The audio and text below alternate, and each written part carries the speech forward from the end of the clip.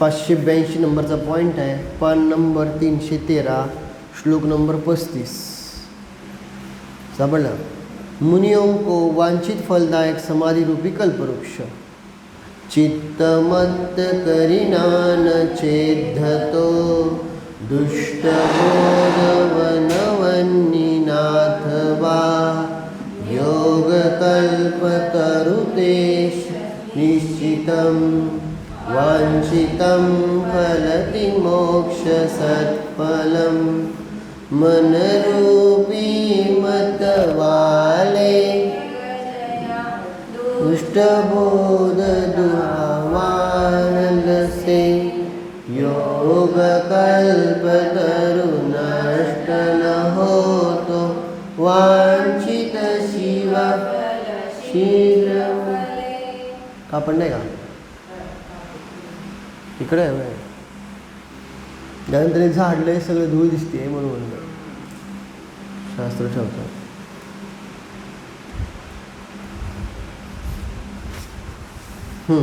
अर्थ. यदि यह समाधि रूपी कल्पवृक्ष मन रूपी मत वाले हाथी से नष्ट न किया गया और दुष्ट ज्ञान मिथ्या ज्ञान रूपी वनाग्नि से भस्म न किया गया तो अवश्य ही वांछित मोक्ष रूपी श्रेष्ठ फल को देता है. भावार्थ. जिस प्रकार वन में खड़े हुए कल्पवृक्ष को यदि मदमत्त हाथी नष्ट न करे अथवा वन की अग्नि भस्म न करे तो वह अवश्य ही उत्तम तथा मिष्ट फल को देता है.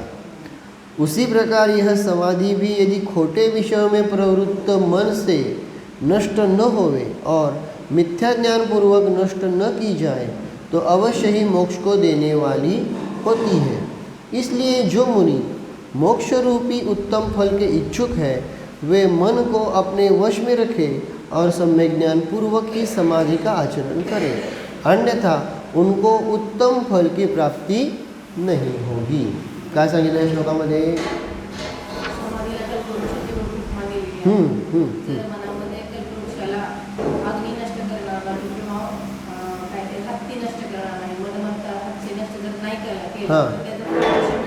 हां त्याप्रमाणे जर सम्यक ज्ञान रूपी सम्यक मिथ्या ज्ञानापूर्वक मिथ्या ज्ञानाने जर त्या समाधीला नष्ट केलं नाही किंवा दुसरं खोटी प्रवृत्ती विषयामध्ये मन गेलं नाही तर त्या समाधीचं फळ मनरूपी हत्तीनं जर ते समाधी नष्ट केली नाही आणि मिथ्या ज्ञान रूपी वानाग्नीनं नष्ट नाही केलं तर ती समाधी सांगितलं मोक्षाला देणारी आहे, इच्छित फळ मिळणार आहे ना. म्हणजे इथं सांगायचा अभिप्राय काय आहे की एवढे सुंदर वृक्ष आहेत कल्पवृक्ष असतं नाही, कल्पवृक्षाचं काय काम असतंय? हां, मग तुम्हाला जे पाहिजे ते मिळतं आहे, पण ते वृक्ष राहिलं पाहिजे ना. वृक्ष असेल तर सांगितलं तुम्हाला त्याचं फळ मिळेल, वृक्ष नसेल तर काय फळ मिळेल? आलं लक्षात पॉईंट? वृक्ष राहिला पाहिजे ना. हां, तर मग ते वृक्ष नष्ट कशामुळं होतं तर दोन कारणं सांगितली आहे ना. त्या कल्पवृक्षाला कोण तोडणार आहे? कोण तोडणार नाही ना. हां, फळ मिळेल, बरोबर. मग ते वृक्षाला तोडणार कोण? तरी म्हणले तर हत्ती. कळालं का नाही? कारण त्याला काहीच कळत नसतं ही कल्पवृक्ष आहे ना. तर ते तोडणारा एक चान्स ते म्हणले हत्ती. आणि दुसरं म्हणाले दावाग्नी. दावाग्नी म्हणजे जंगलात लागणारी अग्नी. एकदा आग लागली की खूप पेटत जाते ना, कळत आहे का नाही? मग तसं सांगितलं की हे दोन मोठे बाधक आहेत त्या वृक्षाला हे करायला, नष्ट करायला आहे ना.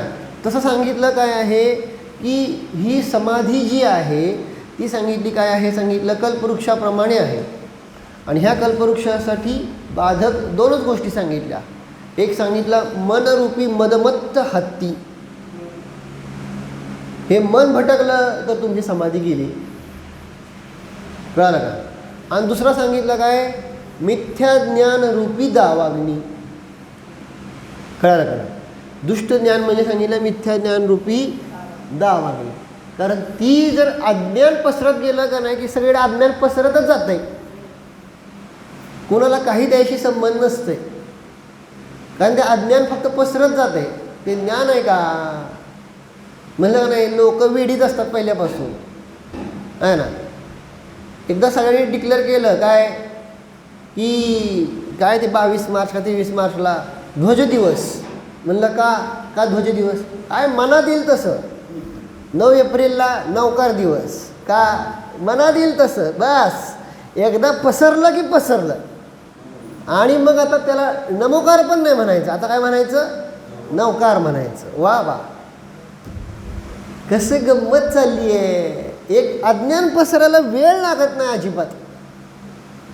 एक नाही, अनेक उदाहरणं देऊ शकतो तुम्हाला, अनेक उदाहरणं आहे ना. चंद्रप्रभ नाव म्हणायचंच नाही. काय म्हणायचं? चंद्रप्रभूच म्हणणार. हा मान्य आहे, ते प्रभू आहेत, पण त्यांचं नाव प्रभू नाही आहे, त्यांचं नाव चंद्रप्रभ होतं. कळालं का? तुम्ही का त्यांचे आई वडील बनायला लागलाय? नाव ठेवलेलं चंद्रप्रभ, समजतंय का नाही? ठीक आहे, अज्ञानात होतं, सांगितल्यावर पण मान्य नाही. अज्ञान आहे ना, काय करायचं मग? हे मी तुम्हाला सिंपल सांगितलं. असे एक नाहीत, अनेक अज्ञान पसरलेले आहेत, अनेक अज्ञान पसरतात आणि प्रत्येक वेळेस पसरतात, हा ना. मग हे मिथ्या ज्ञान तुमच्या समाधीला नष्ट करायला कारण ठरू शकतं. मग म्हणा मिथ्या ज्ञानाचा काय संबंध?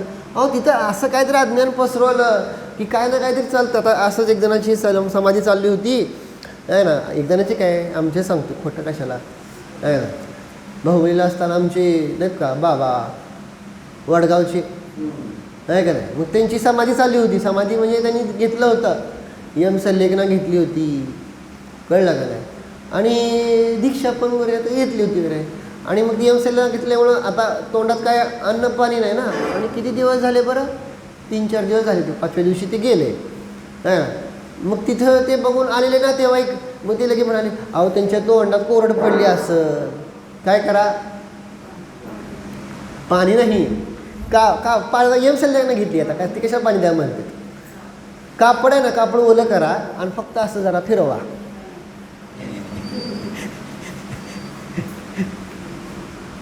अहो म्हणले तिने सोडलेलं आहे, आता कशाला परत त्या गोष्टींचा अजून स्वाद द्यायचा जिभेला. म्हणजे समजतं का काय म्हणतो तुम्हाला? कुठून तरी समाधीला नष्ट करण्यासाठी एक अज्ञान पुष्कळ आहे. म्हणलं नाही का आपण ते खरबुजाचं आचार्याने उदाहरण लिहिलं म्हणून आपल्याला एक झालं प्रसिद्ध, आहे का नाही. खरबूज चढवलं, समाधी नष्ट व्हायला किती वेळ लागते? हां. मग हे मिथ्या ज्ञान जे आहे, म्हणजे दुष्ट ज्ञान, हे पसरायला वेळ लागत नाही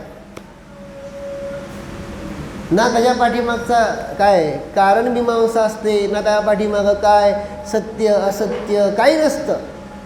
त्याला काहीतरी हे पाहिजे का नको, आधार पाहिजे का नको, बेस पाहिजे का नको, सांगा बरं. आता पुढं काय येते? आपली अक्षय तृतीया येते. आता कधी येते? रविवारी, नाही का, 19 तारखेला. मग त्याला कारण आहे का नाही? अक्षय तृतीयेला काय आहे? आधार आहे का नाही? काय आधार आहे? आहाराची हे सुरू झाली, परंपरा सुरू झाली, दान परंपरा सुरू झाली, समजलं का नाही. हे एक कारण आहे, ते सेलिब्रेशन करण्याच्या पाठीमाग, आहे का नाही. पण ज्या गोष्टीला काही कारण नाही त्याला उगाच सेलिब्रेशन करायचं का? बेसलेस समजतात का नाही? बेसलेस, आहे का नाही. बेस पाहिजे त्याच्या पाठीमागचा, बेस. पॉईंट समजतंय का? अज्ञान पसरायला काहीही वेळ लागत नाही, आहे ना. म्हणून तर तिथं आचार्यांनी खूप छान, इतकं ॲक्च्युली वाचत नाही काय सुद्धा, तिथं आचार्यांनी सगळं लिहिलेलं आहे. एक शाश्वत पर्व असतात, एक तात्कालिक पर्व असतात, आणि हे सोडून आता हे नवीन कसले पर्व आले अजून?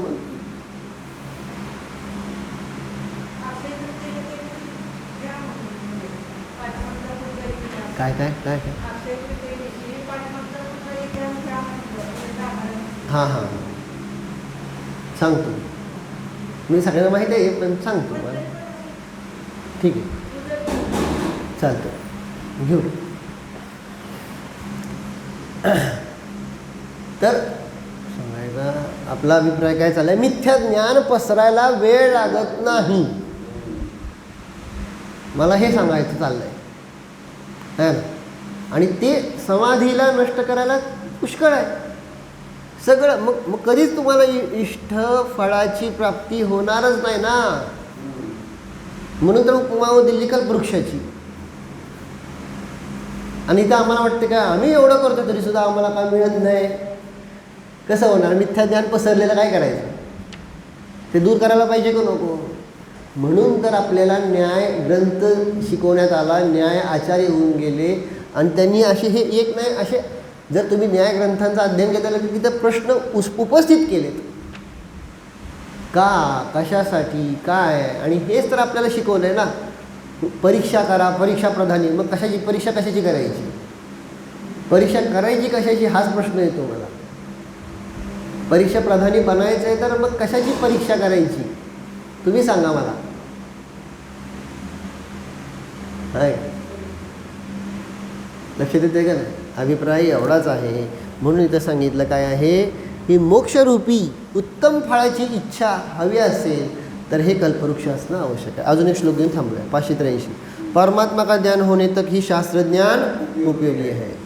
तावदेव मतिवाहिनी सदा धावती श्रुतगता पुरपुर यावदत्र परमात्मसंविदा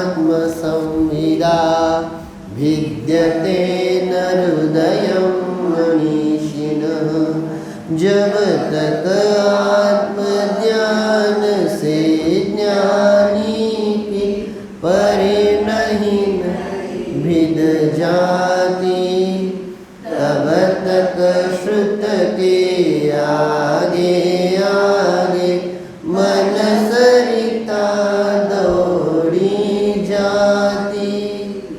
जब तक यह चित्त परमात्मा के ज्ञान से भेद को प्राप्त नहीं होता है तब तक बुद्धिमान पुरुष की बुद्धि रूपी नदी सदा शास्त्रों में आगे आगे दौड़ती जाती है. भावार्थ, बुद्धिमान पुरुष शास्त्र का स्वाध्याय इसलिए करते हैं कि किसी रीति से परमात्मा का ज्ञान प्राप्त हो जाए, किंतु जिस समय उनका चित्त परमात्मा के ज्ञान से भिन्न हो जाता है, अर्थात जिस समय मन में परमात्मा का यथार्थ ज्ञान हो जाता है, उस समय बुद्धिमान की बुद्धि भी शास्त्र की ओर नहीं जाती है. कळलं म्हणजे सांगितलं काय आहे इथं, काय सांगितलं. हां हां बरोबर. हे परमात्म्याची ओळख होत नाही तोपर्यंत सांगितलं काय आहे, हे जीव काय करतो आहे, शास्त्रज्ञानाच्या माध्यमातून समजून घ्यायचा प्रयत्न करतो. पण आता परमात्मा कसा पाहायचा हे भेदविज्ञानाची कला प्राप्त झाली आहे, तर मग आता तिथं सांगितलं काय की हे शास्त्र जे आहे ना ते आता त्याच्या मागं लागत नाही. म्हणजे कसं आहे, आता त्याला हे नाही, त्याच्याद्वारे जे शास्त्र वाचत त्यातून तो परमात्म्याकडे कसं यायचं आहे हेच बघतो तो.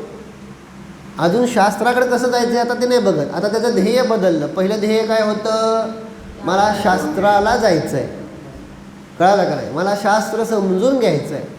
आता ध्येय काय झालं, आता शास्त्राला जायचं हे ध्येय नाही, शास्त्राच्या माध्यमातून मला आता परमात्म्याकडे जायचं आहे, मला परमात्मा समजून घ्यायचं आहे, हे ध्येय झालं.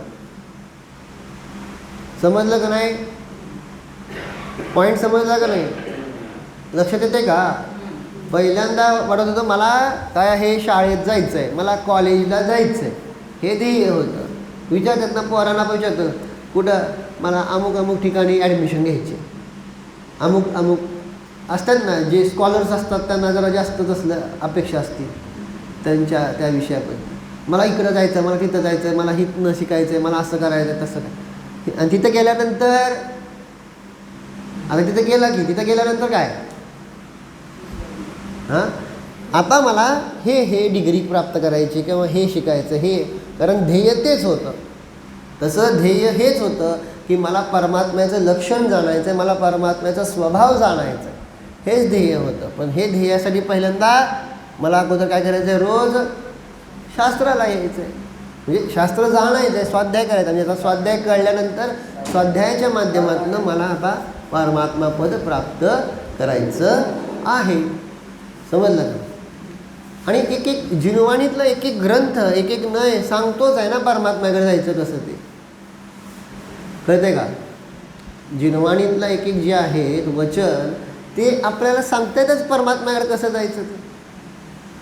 जिनवाणीतलं काय बाहेरच्या ज्याला सवय लागलेली आहे तो प्रत्येक गोष्टीतनं परमात्म्याकडे जायचंच बघतो का नाही? बाहेरचे विषय भोगातला जरी काय कानावर आलं तर त्यातून सुद्धा तो काय बघतोय? परमात्मा तत्व बघतोय का नाही? काय काय ते मध्ये काय काय करत होती की लोक मला माहीत नाही काय, म्हणजे फल्डरमध्ये तसं राबवलं होतं. ते काय गेलते ना ट्रिपला तेव्हा वगैरे असं काय तर राबवलं होतं. काय पिक्चरच्या गाणी आहेत ना, पिक्चरच्या गाणी. हां, मग त्या पिक्चरच्या गाण्यावरनं काय परमात्म्याकडे कसं जायचं अध्यात्म घटवत होते हो त्याच्यातनं वगैरे. कळतंय का नाही? नाही मी काही तसलं करत नाही, करायचं. पण सांगायचा अभिप्राय हां होऊ शकतं का, होऊ शकत नाही का, होऊ शकतं. कानावर जरी काही पडलं समजा तुमच्या तरी त्यातून सुद्धा काय आहे परमात्म्याकडे जाता येतं. कुठलाही प्रसंग असो, कुठलीही घटना असो, काही असो आहे ना. ज्या जीवाला कुठं जायचं ते इम्पॉर्टंट आहे.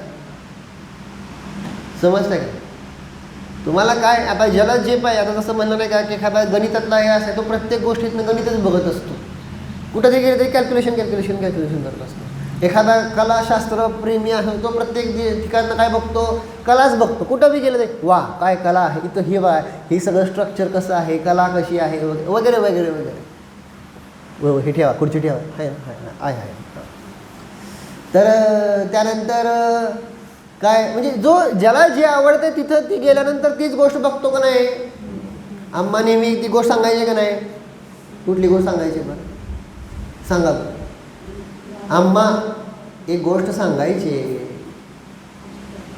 अशा ह्या बाबतीत. बरोबर, एक प्रेत पडलं होतं, कळलं. मग ते प्रेत बघितल्यानंतर प्रत्येकाचे वेगवेगळे विचार भाव. वेश्या आली ती म्हणती काय कसलं सुंदर शरीर होतं, भोगण्यायोग्य होतं. परत त्यानंतर कोण आलं? साधू आले. त्यांनी काय विचार केला? तेच की त्यांनी ही एवढी चांगली शरीर चांगलं होतं तर साधना केली असती तर किती चांगलं झालं असतं. त्यांनी तो विचार केला. परत कोण आलं? ते प्रेत बघून कुत्रा आला. ते म्हणते मला खायला किती चांगलं आहे. प्रत्येकाचे वेगवेगळे विचार. काय ना, कोण डॉक्टर आला ते काय विचार करते? त्याने असं असं ट्रीटमेंट घेतली असती, असं असं खाल्लं पिल्लं असतं तर जगला असता, आहे ना. कोणी इंजिनियर आला ते काय विचार करते? काय विचार करत नाही काय? करते की, आहे ना. इथे असं रस्त्यावर पडला नसता, चांगल्या तरी कुठल्या तर फ्लॅटवर जाऊन पडला असता. विचार करायला काय समजतंय का नाही? ज्याच्या डोक्यामध्ये जे पडलेलं आहे का नाही तोच विचार करतो, है ना. कोण फुलांचं हे करणारा माळी आला तो काय विचार करतोय? आहे ना. मी मारताना असं भरपूर काय असं फुलं किंवा सुगंधित द्रव्य वगैरे घेऊन मारणार, किंवा मेल्यानंतर माझ्या ह्याला असं चढवा हे करा. म्हणजे प्रत्येक ज्याच्याकडं जे काय आहे तो त्या प्रेताकडे बघून सगळे तसे अनेक प्रकारचे विचार करू शकतो ना, का नाही? कोण ज्योतिषी आला ते काय विचार करते? ग्रह चांगले नव्हते. बरोबर का नाही? बघा कशी गंमत आहे. प्रत्येक जण हा विचार करत आहे. मग तिथं सांगितलं काय की ज्याला जी कला, मग तशाप्रमाणे ज्याला जी कला मिळाली त्यातनं तो तेच करणार आहे. कुठेही गेला तरी तिथून काय ना काय तर हेच काढणार. ज्याच्या हृदयामध्ये धर्म निवास करतो आहे, परमात्मा निवास करतो आहे, तो प्रत्येक गोष्टीतून धर्म परमात्माच काढणार. आणि ज्याच्या हृदयामध्ये कषाय आहेत, पाप भाव आहे, तो प्रत्येक गोष्टीतून तेच काढणार. समजते का काय म्हणलं ते?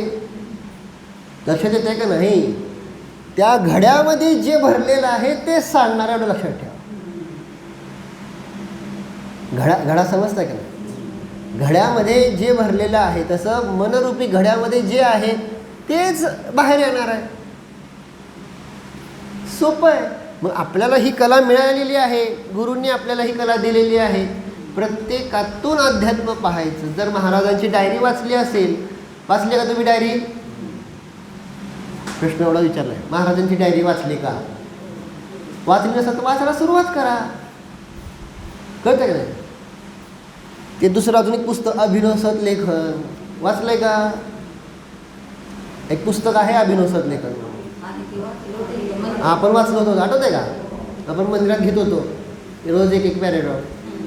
नशीब कोणी लक्षात ठेवलंय, काय करणं ते बी आठवत नाही आहे. तर मग तिथे ते आले का नाही वाक्य, महाराजांनी आचारांग शब्द आला की ना, आचारांग. कळलं का नाही?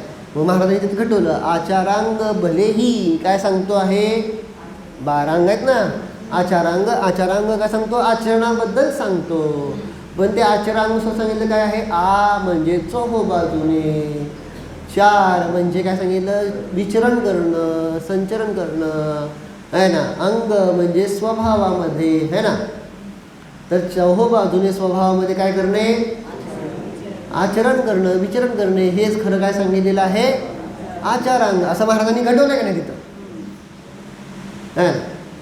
मग जिथं ती कला मिळालेली आहे, जी आपल्याला शिकवलेलं आहे, तो प्रत्येक गोष्टीतून काढणारच.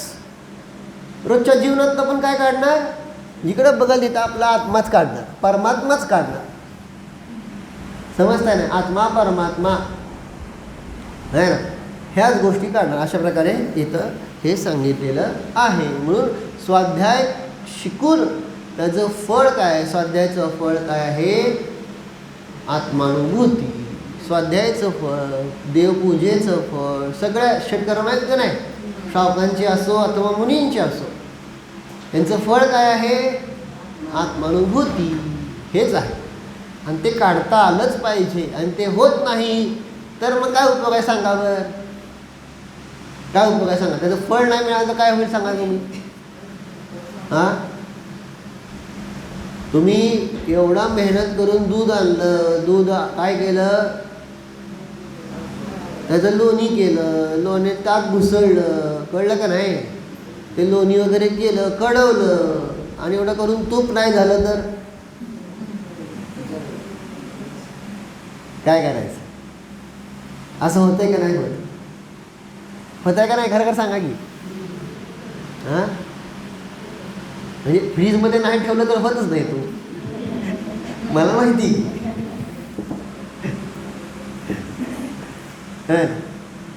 मग ते फळ नाही मिळालं तर काय उपयोग आहे त्याचा? त्या बाकी एवढी केलेल्या मेहनतीचा, प्रोसेसचा काय उपयोग जर फळ नाही मिळालं तर? मग तसं ह्या षटकर्मांचं फळ आहे देवपूजा, ग्रुप असते, स्वाध्याय, संयम, तपदानाचा फळ काय आहे? आत्मानुभूती. आणि तीच नाही मिळाली तर, तीच नाही हुडकून काढली तर मग काय उपयोग आहे ह्याचा? काय उपयोग म्हणजे ठीक आहे तुम्ही केलंय, चांगलं आहे, ह्यातनं जास्तीत जास्त काय होतंय? देवगती मिळते. पण देवगती मिळणं काहीही कामाचं नाही. हे आता तुम्ही बघा. आता हे उर्दू लोक समजल्यानंतर तुम्हाला कळेल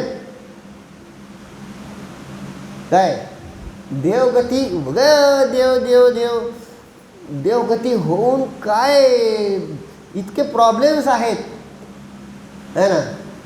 परवाच घटवलं होतं का नाही? इथं आपलं राहिला साधू म्हणून ब्रह्मचारी राहिला नाही, तुम्हाला संध्याकाळी घटवलं.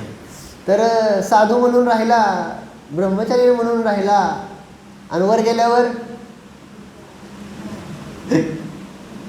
काय नाही म्हणतो, काय नवकऱ्या वेगात जात नाही. कळलं का? पंचम काळामध्ये 16 स्वर्ग, 16 खालच्या स्वर्गात कसं तर राहणार. हां ठीक आहे, 5व्या स्वर्गाचा आपण अजून बघू, झाला लौकांतिक देव. पण ते काय कोणी पण होते काय? तुम्हाला तिथली संख्या बघा, आता कळलं लौकांतिक देवात काय कॉम्पिटिशन चालली. हो का आपलं हे नाही. मग काय करतोय?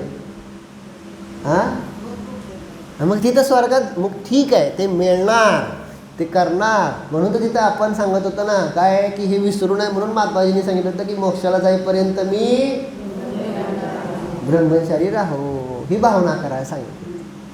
पण तरी ठीक आहे, तिथे गेल्यावर ते होणार आहे. कळालं का? घाबरू नका, फक्त विसरू नका. एवढी भावना ठेवा की बाबा हे मला जे मिळालेलं सम्यक दर्शन आहे, तत्वज्ञान आहे, ते विसरता कामा नये. बाकी काय मिळतंय ह्याशी काय टेन्शन नाही आहे. स्वर्ग मिळते का नरक मिळते का काय मिळते नाही, प्रॉब्लेम काय आहे, जे मिळालेलं आहे बस ते विसरता कामा नये. आणि समजा विसरलं तर एकमेकाला आठवण करायला या. आलते का नाही, परत बनवलेल्या गोष्टी का नाही, येत नाही तो कोण येत नाही. बघा तुम्ही, अरे बघा तुम्ही, कोण येत नाही. तुमचे किती पण प्रिय असो, तुमचे किती पण श्रेष्ठ असो, कोणीही असो, कोणीही येत नाही. स्वप्नात येते, बाकी कुठे येत नाही.